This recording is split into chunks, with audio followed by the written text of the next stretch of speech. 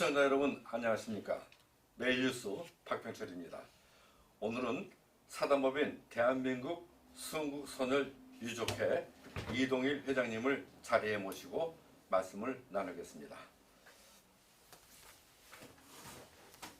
회장님 안녕하십니까. 여러 가지 어려운 여건 속에서도 대한민국 순국선열 유족회 사업을 위해서 노고가 많으십니다.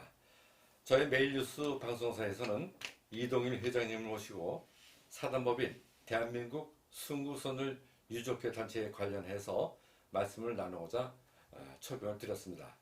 먼저 매일뉴스 시청자 여러분께 인사 말씀을 부탁드립니다. 대한민국 순국선열 유족회 이동일 회장입니다. 매일뉴스 방송사에서 저희 회를 방문해 주셔서 감사를 드립니다. 감사합니다. 네, 감사합니다. 그러면 먼저 순국선열 유족회가 어떠한 단체인지 소개 부탁드리겠습니다. 순국선열 유족회는 조국 광복을 위해서 투쟁하시다가 목숨을 바치신 순국선열 후손들이 모임인 1939년 11월 21일 대한민국 임시정부 임시의정원 제31차 회의에서 사실상 국망일인 을사늑약일 11월 17일을 순국선열의 날로 정한 것이 출발점이라 하겠습니다.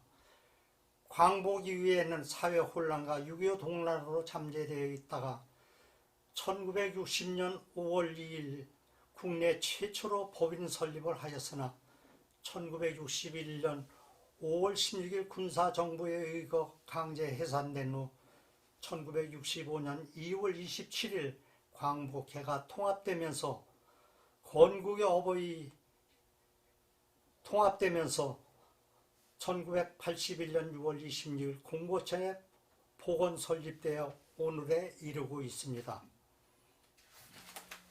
네, 다음은 순국선열 유족회가 국가에 바라는 것이 있다면 어떤 부분이 있는지 말씀 부탁드립니다. 순국선열은 조국 독립을 위해 자신이 재산과 목숨 그리고 가족까지 모두 결의의 재단 앞에 바치신 대한민국 건국의 어버이이십니다. 그러므로 순국선열에 대한 국가적 예우는 단순한 묵념만이 할 것이 아니라 보훈기본법 제18조 공헌과 희생에 합당한 예우를 해야 합니다. 첫째로는 헌법 전문에 순국선열에 대한 숭고한 희생과 정신을 반영해 주시기 바랍니다.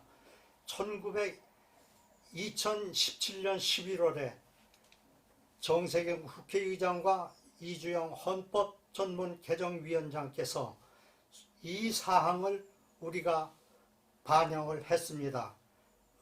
우리가 순국선열의 숭고한 희생 정신 위에 3.1운동으로 건립된 대한민국 임시정부의 법통을 이어받는다는 이 문구를 분명히 해주시겠다고 약속하셨습니다. 둘째로는 순국선열 추념관 건립입니다. 일본 야스쿠니에 있는 손가락질을 하면서 대한민국의 순국선열 추념관이 어디 있는지 조차도 알 수 없으면서 정부의 관료들은 순국선열 건립 추념관을 지어달라고 2회에 걸쳐 토의가 있었지만은 아직까지도 건립되지 못하고 있는 실정입니다. 셋째로는 순국선열 유족회가 공법단체에 설립되어야 되겠습니다. 모든 국가유공자단체나 독립유공자단체 우리가 모두 순국선열이 최우선에 있음에도 불구하고 헌법이나 모든 유공자 단체에서 우러러보고 묵념을 하면서 순국선열 유족회가 아직까지 공급단체로 설립되지 못하고 있습니다. 넷째로는 독립유공자 보상급법 개정입니다.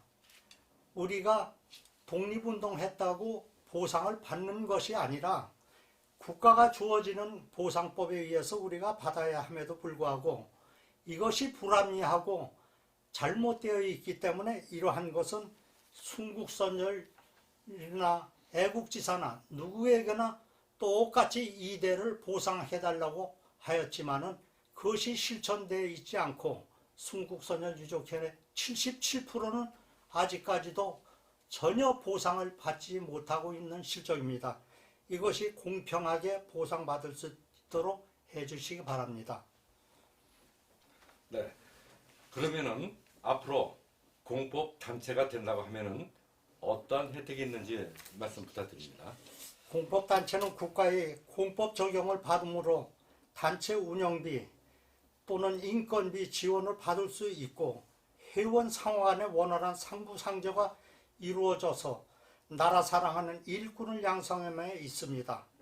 그러나 국가유공자 중 최고의 예우를 받아야 할 순국선열 유족회를 제외하고 있는 것은 세계상의 그 유래를 찾아볼 수가 없습니다. 즉 미개국 수준에도 미치지 못하는 보훈의 적폐 현상임에도 아직도 부끄러움을 느끼지 못하고 있는 것이 오늘의 대한민국입니다. 그렇다면은 광복회와 순국열사 유족회에 대해서 좀 간략하게 설명을 부탁드리겠습니다. 다 같은 독립운동을 하신 단체로 광복회는 연금을 받는 애국지사와 그 후손 그리고 순국선열 후손들로 구성되어 있으며 순국선열 유족회는 순국선열 후손들로서 연금을 받는 후손과 소외된 후손들이 모인 단체입니다. 별첨에 보는 바와 같이 국가유공자 공법단체 내역을 보시면 정권을 잡은 세력은 호국이 10개 단체고 민주화가 6개 단체 모두 세분화하여 공법단체 설립이 되어 있으나 독립운동계는 광복회만 유일하게 공법단체로 되어 있고 51년 동안 목숨을 바쳐 광복전에 돌아가신 순국선열 유족회는 공법단체에서 소외되고 있습니다. 이어서 윤석열 대통령에게 할 말이 있으신지요? 네, 지난 2021년 8월 15일 광복절에 윤석열 대통령 후보께서 저희 유족회를 방문해 주셨습니다. 국민의힘 예비 후보사로서 본회를 방문하신 바가 있으며 당시 본회의 처절한 사연을 경청하셨습니다. 그 당시 대통령 당선되면 반드시 어려운 사정을 해결하겠다고 하였으므로 순국선열 유족회 애로사항을 탄원서로 제출할 것입니다. 또한 대통령께 요청한 사항은 순국선열 유족회가 똑같은 그러한 공법단체 설립이 이루어져야 되고 둘째로는 순국선열 춘영관 건립이 이루어져서 광복전에 돌아가신 15만 순국선열에 대한 엄숙한 그러한 예의를 갖추는 그러한 두 개의 사항을 요구하였습니다. 네, 이어서 지금 순국선열 유족회가 어렵게 당면을 하고 있는 문제가 있다면 어떤 것인지 말씀 부탁드립니다. 여러 가지 있겠습니다만은 첫째로 공법단체 설립입니다. 모든 국가유공자 단체 중에서 최고 개념인 국가유공자 단체에서 유일하게 순국선열 유족회가 공법단체에서 제외되고 있습니다. 둘째로는 순국선열 춘영관 건립입니다. 광복전에 15만 순국선열이 98%가 후손도 없고 이름도 없이 돌아가신 분에 대한 위패를 모실 수 있는 그러한 춘영관을 국가가 예우를 갖추지 못하고 있다는 것이 안타깝습니다. 셋째로는 독립유공자 예우에 관한 법률 중 보상권법 개정을 요구합니다. 누구에게나 독립유공자 소원을 받았음에도 일찍 순국했다는 이유로 제외시킨 법률 개정엔 우리가 있을 수 없습니다. 애국지사나 순국선열이나 누구에게나 똑같이 2대 보상이 필요합니다. 보상법은 민주적으로 균등하게 이루어졌으면 합니다. 현 정부와 국회에 대해서 하실 말씀이나 부탁드립니다. 네, 많은 문제점이 있으나 두 가지만 말씀드리겠습니다. 순국선열 춘영관 건립이 국민참여 예산으로 추진되고 있으나 당시 선녀들이 정서에 합당한 우리 고유의 전통 한옥으로 건립하여 줄 것을 요청하고자 합니다. 현대 건축물로 건립은 그분들의 정서에 맞지 않기 때문입니다.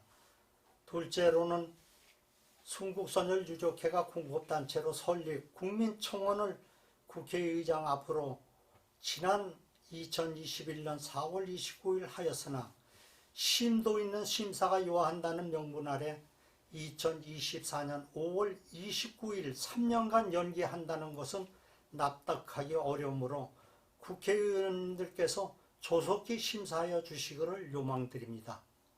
감사합니다. 네, 국민들께 꼭 하실 말씀이 있으시면 또 한 말씀 부탁드립니다. 존경하는 국민 여러분, 오늘의 대한민국은 순국선열이 피와 땀과 눈물로 이룩한 나라입니다. 국가유공자 중 최고의 예우를 받아야 할 15만여 명의 순국선열과 그 유족회가 국가유공자 등 단체 설립법상 공법단체에서 제외되어 정부로부터 광복 77년 동안 한 푼의 운영비도 지원받지 못하고 있는 안타까운 실정입니다. 학자들의 견해에 의하면 순국선열의 정신은 우리 민족의 얼과 혼이요, 이는 민족정기이며 우리가 자손 만대에 유지 계승해야 할 최고의 가치요 덕목이라고 하겠습니다. 그러므로 순국선열 유족회를 공법단체에서 제외하고 있는 것은 결코 용납할 수 없습니다. 우리 모두 이를 바로잡기 위하여 동참하여 주시기를 간절히 소망드립니다. 감사합니다. 네, 이동일 회장님 말씀 감사합니다. 네, 지금까지 사단법인 대한민국 순국선열 유족회 이동일 회장님을 모시고 말씀 나누었습니다.